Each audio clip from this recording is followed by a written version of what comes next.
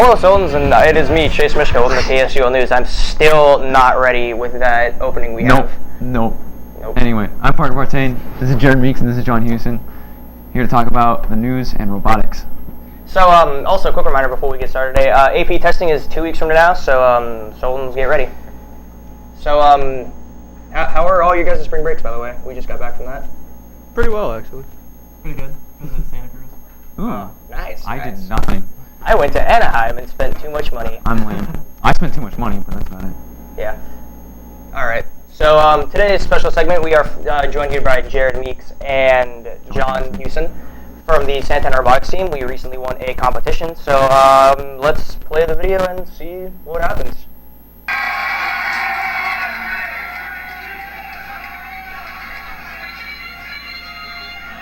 Oh, okay. So, right now we're watching the video of the competition, and who are the people controlling the robot?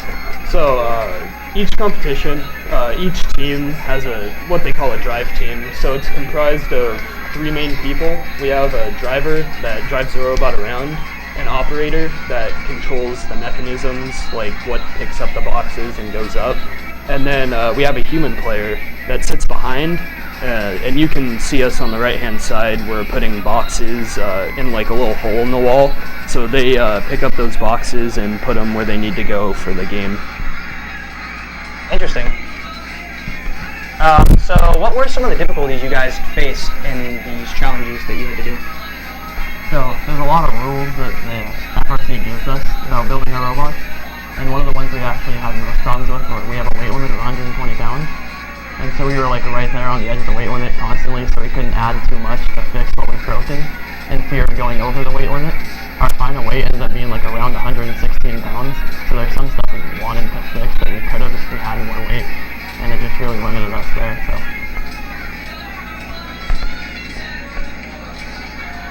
And where did you guys end up placing, and where do you guys go from here? So we were on the first place alliance with 2 other teams. One was from Phoenix, Arizona. The other one was a local at Las Vegas, where we were competing. So after winning, we go on to Houston, which is one of the 2 world championships. There's one in Detroit and one in Houston. All the West Coast teams go to Houston. All the international and East Coast go to Detroit. So from there, we compete against 600 other teams and see how well we do. That sounds like it's going to be a lot of work.